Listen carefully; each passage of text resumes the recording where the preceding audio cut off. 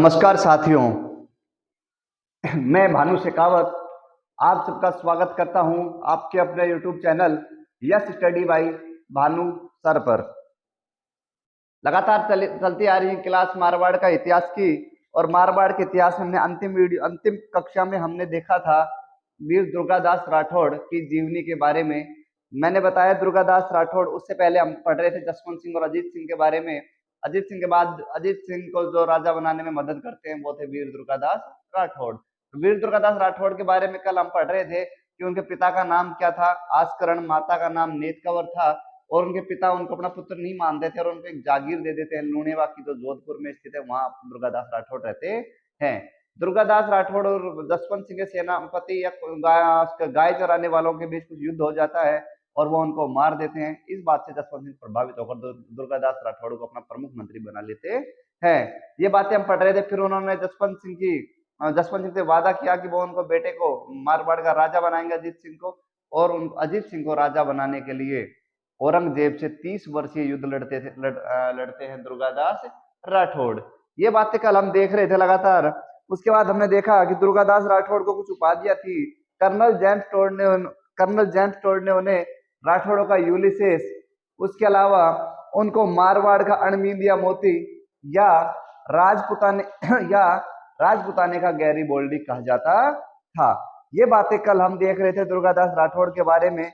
आज हम पढ़ने वाले हैं मारवाड़ के नए राजा महाराजा जिनका नाम है महाराजा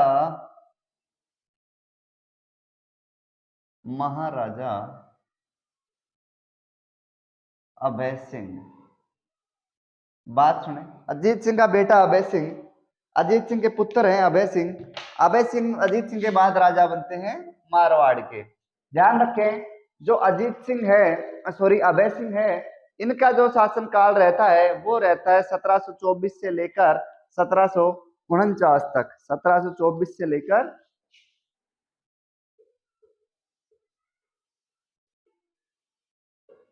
1749 तक अभय सिंह का शासन काल रहता है।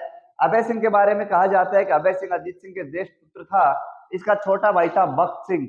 अभय सिंह और बख्त सिंह एक योजना बनाते हैं कि अपने पिता की हत्या कर दी जाए तो हम राजा बन जाएंगे। और जो छोटा बेटा होता है अजीत सिंह का, जिसका नाम होता है बख्त सिंह अपने पिता की हत्या कर देता है और जोधपुर का राजा बन जाता है अभय सिंह, और नागौर का राजा बन जाता है बख्त सिंह। ये कहां के? अभय सिंह जोधपुर का,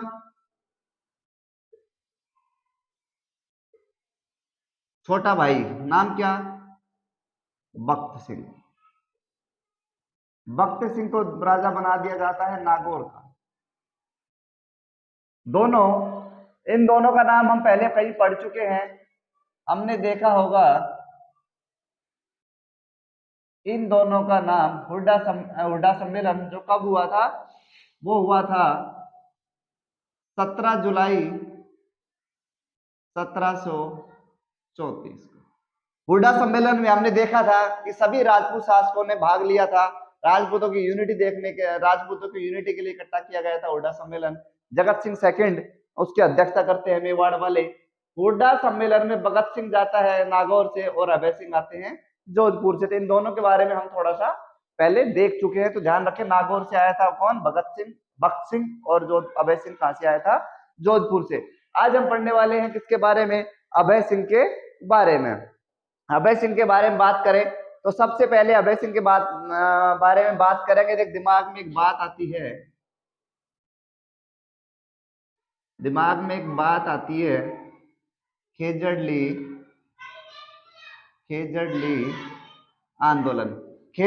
आंदोलन की हम बात करें तो खेजड़ली से आंदोलन से थोड़ा ध्यान रखें। खेजड़ली एक गांव का नाम है जो स्थित है जोधपुर के अंदर। एक गांव है जिसका नाम है खेजड़ली। खेजड़ली में एक आंदोलन होता है जिसे ये नाम क्या दिया गया था? खेजड़ली आंदोलन हुआ कब? पहले सुने। आंदोलन की तिथि में बात करूंगा विक्रमी संवत के अनुसार। तो विक्रमी संवत के अनुसार एक महीना है भाद्रपद,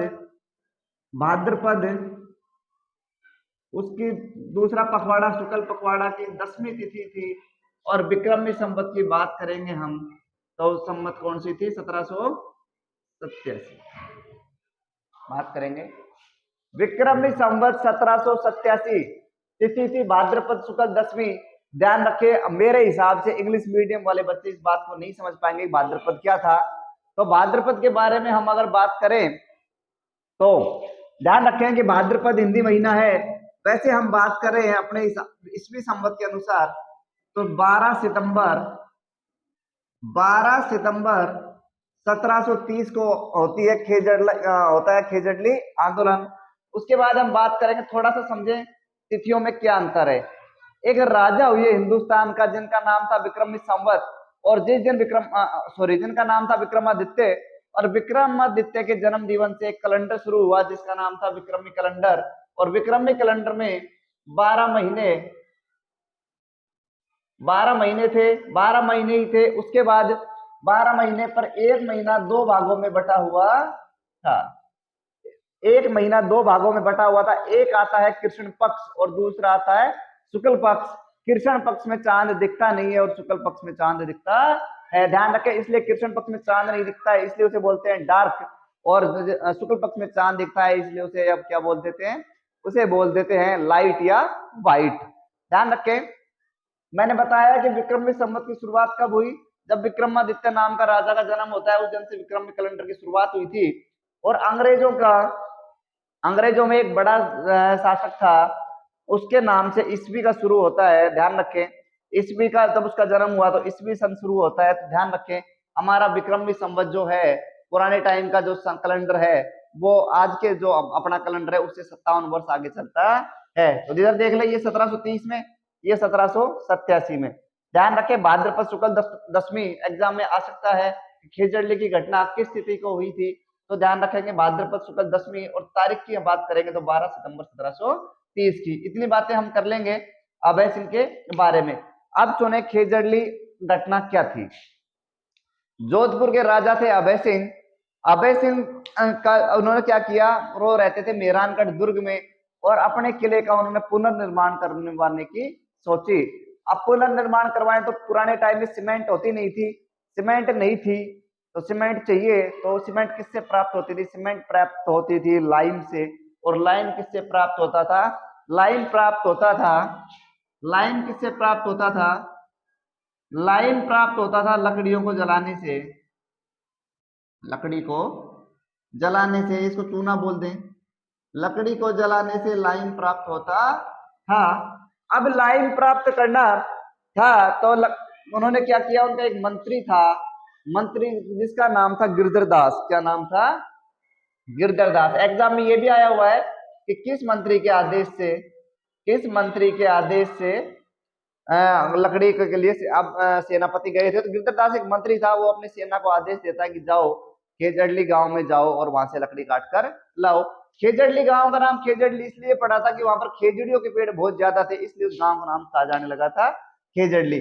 सेनापति जाते हैं खेजड़ली गांव और लकड़ियां काटना शुरू कर देते हैं।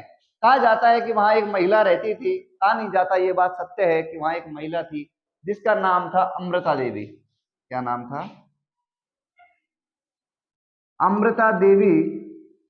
अमृता देवी जो महिला थी वो देख लेती है कि राजा के सैनिक पेड़ काट रहे हैं, तो पेड़ काटने से वो मना कर देती है कि तुम लोग हरे पेड़ मत काटो, हरे पेड़ सूखी लकड़ियां चाहिए तो लेकर जाओ। लेकिन वो मानते नहीं है, वो कहते तुम्हें पता नहीं है, हम राजा के आदमी हैं और हम जो चाहेंगे वो करेंगे। अमृता देवी कहती है कि ये पेड़, हरे पेड़ मत काटो, तुम्हें सूखे पेड़ चाहिए तो सूखे पेड़ तुम लेकर जा सकते हो। लेकिन वो लोग मानते नहीं मानते। तो अमृता देवी क्या कर लेती है, अमृता देवी कहती है ठीक है, तो मेरे को मारकर इन पेड़ों को तुम काट लो। और वो पेड़ों के चिपक जाती है। तो अंग्रेजी सैनिक क्या करते हैं, अमृता देवी को पेड़ों के साथ काट देते हैं। कहा जाता है कि अमृता देवी के पति जिनका नाम था रामू तथा इनकी 3 बेटियां जिनका नाम है रत्ना है, उसके बाद और देख लेना, ठीक है। तो 3 बेटियां, पति रामू, उसके बाद ये इनके साथ, रत्ना के साथ 363 लोग इस गांव के पेड़ों के साथ कट जाते हैं। और ये कहते हैं कि जो इसकी सेना थी अभय सिंह की, वो इन सब लोगों को काट देती है, उसके बाद वहां से पेड़ काटती है। तो जाम्बो जी ने एक बात कही है, जाम्बो जी ने एक बात कही थी कि सिर साठे रूख रहे, सिर साठे, सिर साठे, सिर साठे रूख रहे तो भी सस्तो जान, सिर साठे रूठ रहे तो भी सस्तो जान। रूख का देखो इधर, सिर का मतलब सिर, साठे का मतलब बदला या बदला, और रूख का मतलब पेड़। अगर अपना सिर कटता है और एक सिर कटने से एक पेड़ बचता है तो भी अपने सिर की कीमत हम पेड़ से कम में माने। ध्यान रखे, ये जाम्बो जी ने एक लाइन कही थी, सिर साठे रूख रहे तो भी सस्तो जान। तो सिर साखे रूठ रहे तो भी सस्तो जान, तो ये बात किसने कही थी? जाम्बो जी ने। और जाम्बो जी ने ये बात कही, इसी बात को पूरा करते हैं कौन? खिजड़ली गांव के लोग, कि अपने प्रत्येक पेड़ के साथ वो चिपक जाते हैं और अपना पेड़ कटवा, अपनी गर्दन कटवा लेते हैं। इस भयंकर नरसंहार के बारे में महाराजा अभय सिंह को पता चलता है तो वो इसको रुकवा देते हैं। ये थी खेजड़ली की घटना। ध्यान रखें, हमारे कहा जाता है चिपको आंदोलन, चिपको आंदोलन के प्रेरणा थे या चिपको आंदोलन की शुरुआत करी सुंदरलाल बहुगुणा ने। चिपको आंदोलन पूरे भारत में फेमस हुआ, चिपको आंदोलन, जिसका श्रेय हम दे देते हैं किसको? सुंदरलाल, सुंदरलाल बहुगुणा। मैं लेकिन जो आपको सच बात बताऊं कि अगर चिपको आंदोलन की बात करें तो शुरुआत होती है अमृता देवी से। चिपको आंदोलन का श्रेय दिया गया सुंदरलाल बहुगुणा को, ये हमारे इतिहासकारों की कमी रही। बात करेंगे अमृता देवी, जिसने चिपको आंदोलन की सही मायने में शुरुआत करी थी। ध्यान रखें, अमृता देवी के बारे में लोग, अमृता देवी को इतिहासकारों ने इतना दबा दिया, वो इतने बड़े नरसंहार के बाद, इतना बड़ा कार्य करने के बाद, पर्यावरण संरक्षण के बारे में जब लोग जानते नहीं थे उस टाइम, अमृता देवी कितना जानती थी, ये बात ध्यान रखें। और अमृता देवी को क्या नाम है, पर्यावरण संरक्षण के लिए उन्हें अपनी जान की बलि लगा दी थी या जान दे दी थी। फिर भी लोगों ने, इतिहासकारों ने अमृता देवी का नाम नीचे किया और सुंदरलाल बहुगुणा का नाम प्रसिद्ध किया। कह सकता हूं कि सुंदरलाल बहुगुणा एक प्रसिद्ध व्यक्ति था, लेकिन अमृता देवी भी उनसे कमजोर नहीं थी। तो ये ध्यान रखें, ये बातें थी खेजड़ली घटना के बारे में। उसके बाद हम बात करने वाले हैं, उसके बाद हम बात करेंगे अमृता देवी पुरस्कारों के बारे में। ध्यान रखें, देख लें एक बार। अभय सिंह जो राजा था 1724 से 1749, जोधपुर का राजा बना है। छोटा भाई भगत सिंह नागौर का अपने पिता की हत्या करके। खेजड़ली आंदोलन हुआ, हुड्डा सम्मेलन में दोनों भाई भाग लेते हैं। खेजड़ली आंदोलन की तिथि का ध्यान रखें, भाद्रपद शुक्ल 10वीं 1787 विक्रमी संवत के अनुसार। वैसे ईस्वी सन की बात करेंगे तो 12 सितंबर 1723 गिरधरदास एक मंत्री थे जिन्होंने क्या लकड़ी काटने के आदेश दिए थे। अमृता देवी और अपने पति के साथ 3 बेटे और 363 लोग और थे जिनके साथ शहीद हो जाती है। और चिपको आंदोलन का श्रेय सुंदरलाल बहुगुणा को दिया जाता है, लेकिन अमृता देवी भी इसमें प्रमुख भूमिका रहती है। उसके बाद बात करें, जाम्बो जी ने एक बात कही, सिर साठे रूख रहे तो भी सस्तो जान, कि अगर एक सिर कटता है और एक पेड़ बचता है तो हमारे सिर की कीमत है जो उस पेड़ से बहुत कम मानी जाती है। ध्यान रखें, ये था किसके बारे में? महाराजा अभय सिंह के बारे में। उसके बाद हम बात करने वाले हैं महाराजा अभय सिंह की जो खेजड़ली आंदोलन हुआ उसमें अमृता देवी पुरस्कारों के बारे में। देखें,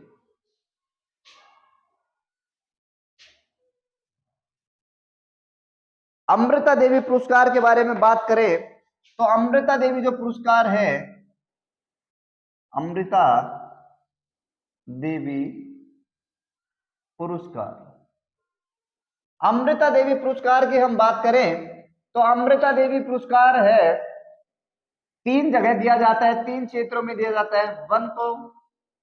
वन का संरक्षण, वन्य जीवों का संरक्षण, वन्य जीवों का संरक्षण, और एक है वन प्लस वन्य जीवों का संरक्षण। वन का संरक्षण, वन्य जीवों का संरक्षण और वन प्लस वन्य जीवों का संरक्षण। कहने का मतलब फॉरेस्ट को बचाना, जंगल को बचा लें, या उसमें रहने वाले जीवों को बचा ले। उसके अलावा बात करेंगे किसकी, वन्य जीवों का संरक्षण में, कि जो वन को भी बचाए और वन्य जीवों को भी। ध्यान रखें इनकी राशियां कितनी कितनी थी, तो वन को बचाने की जो पुरस्कार है 50,000 का है, वन्य जीवों का संरक्षण है वो भी 50,000 का है, और जो संयुक्त रूप से दोनों की बचाए करने का काम करेगा उसकी प्राइस या पुरस्कार राशि कितनी थी, 1,00,000 रुपया। ये तुम्हें ध्यान रखना है। उसके अलावा हम बात करने वाले हैं किसके बारे में, उसके बाद हम बात करेंगे इनके दरबारी विद्वान। देखें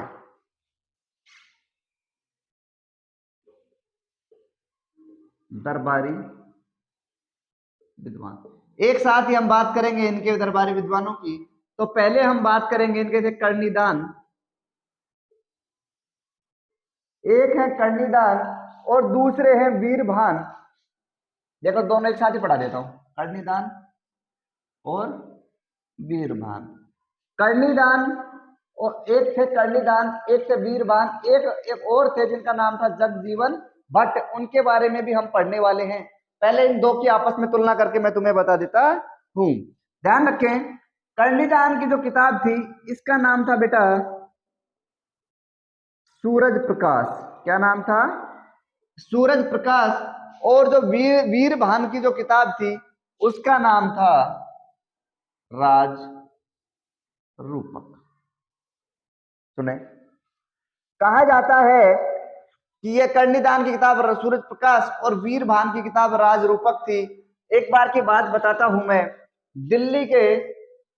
दिल्ली के शासक थे जिनका नाम था मोहम्मद शाह रंगीला, जो हम मेवाड़ में पढ़ चुके हैं। मोहम्मद शाह रंगीला आदमी था।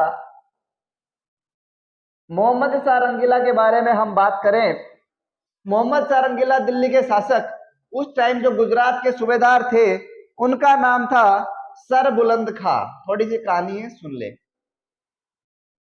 सर बुलंद खां, अब सर बुलंद खां गुजरात का शासक था और गुजरात का शासक चाहता था कि दिल्ली रंगीला, मोहम्मद शाह जो रंगीला है वो क्या नाम है कमजोर आदमी है, तो उसको विद्रोह कर देता है, कर देने से मना कर देता है।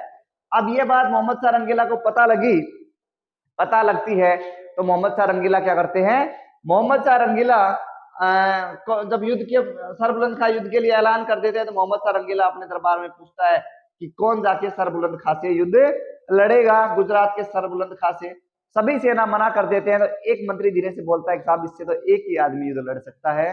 मोहम्मद शाह रंगीला कहते हैं कौन, बोले जोधपुर का जो मारवाड़ का जो राजा है अभय सिंह।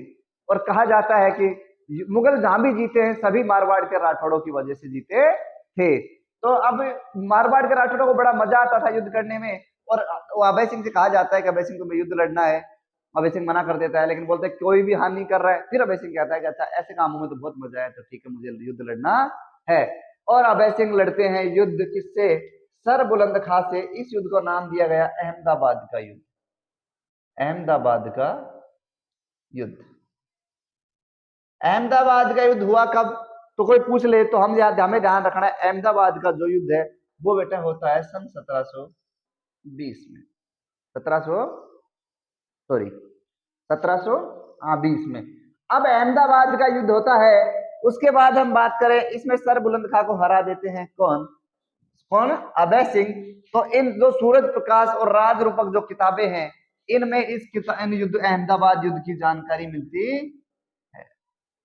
अहमदाबाद युद्ध की जानकारी, अहमदाबाद युद्ध की जानकारी मिलती है सूरज प्रकाश और राज रूपक में।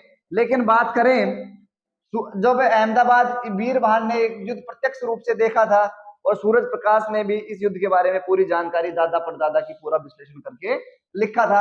अभय सिंह को कहता है कि मैंने आपके लिए किताब लिखी है, इसको पढ़कर आप देख ले सही है या नहीं। तो अभय सिंह उनको बोलते हैं कि इतनी मोटी किताब मेरे से नहीं पढ़ी जाएगी, तुम मुझे छोटे छोटे रूप में इस किताब का वर्णन देकर दो। तो सूरज प्रकाश का शॉर्ट रूप बना देते हैं कौन, कर्णिदान, और उस शॉर्ट रूप को क्या कहा जाता है, बिड़द सिंगार। क्या बेटा, उसको कहा जाता है बिड़द श्रृंगार। बिड़द श्रृंगार पढ़ते हैं अभय सिंह और इतना खुश होते हैं, इतना प्रफुल्लित होते हैं कि जो कर्णिदान है उनको अपने दरबार से हाथी पर बैठाते हैं और खुद हाथी को चलाकर उनके घर तक छोड़कर आते हैं। तो एक कवि के लिए सबसे बड़ा पुरस्कार क्या हो सकता है कि उसका जो राजा है वो हाथी चला रहा है और कवि उस पर बैठा है। इससे बड़ा सम्मान किसी कवि को नहीं मिल सकता। तो बिड़त सिंगार पढ़ी किसने? अभय सिंह ने। और दरबार को बहुत 1 लाख रुपया नगद देते हैं, 1 लाख रुपया, और हाथी पर बैठाकर उनको घर छोड़कर आते हैं। तो ध्यान रखें, 1 लाख का पुरस्कार दिया गया कर्णिदान को। और राज रूपक में भी किसके बारे में जानकारी मिलती है? तो अहमदाबाद के युद्ध के बारे में। उसके बाद हम बात करें, एक और कवि मैंने बताया जगजीवन भट्ट। एग्जाम में देखो इनकी किताबें पूछ लेता है। जगजीवन भट्ट ने क्या किया? 2 किताबें लिखी। एक तो महाराजा अभय सिंह पे लिखी, तो उस किताब का नाम है अभ्युदय, मतलब अभय प्लस उदय। और उनके पिता का नाम था अजीत सिंह। एक आज उनके पिता पे लिखते हैं जिसका नाम है अजीतो उदय। 2 पुस्तक लिखी जगजीवन भट्ट ने, अभय उदय और अजीतो उदय। इतना ध्यान रख लें, ये महाराजा अभय सिंह लिखते हैं। उसके बाद हम अभय सिंह के बारे में और बात करें तो अभय सिंह का शासनकाल 1749 तक रहता है। और ये इसके बाद अभय सिंह के बाद मारवाड़ के शासक बनते हैं कौन? मानसिंह। मानसिंह के बारे में हम बात करेंगे अगली कक्षा में। अगर दोस्तों आपको ये क्लास अच्छी लगी है तो क्लास को सब्सक्राइब कर, चैनल को सब्सक्राइब कर लें, क्लास को शेयर करें, लाइक करें, कमेंट करें। दोस्तों आपके लिए बेहतरीन देने की कोशिश कर रही है यस स्टडी की टीम। डेली नए नए मटेरियल, नए नए कंटेंट लेकर आपके लिए आ रही है यस स्टडी टीम। और आपको अगर ये क्लास अच्छी लग रही है तो जरूर शेयर जरूर करें। Thank you.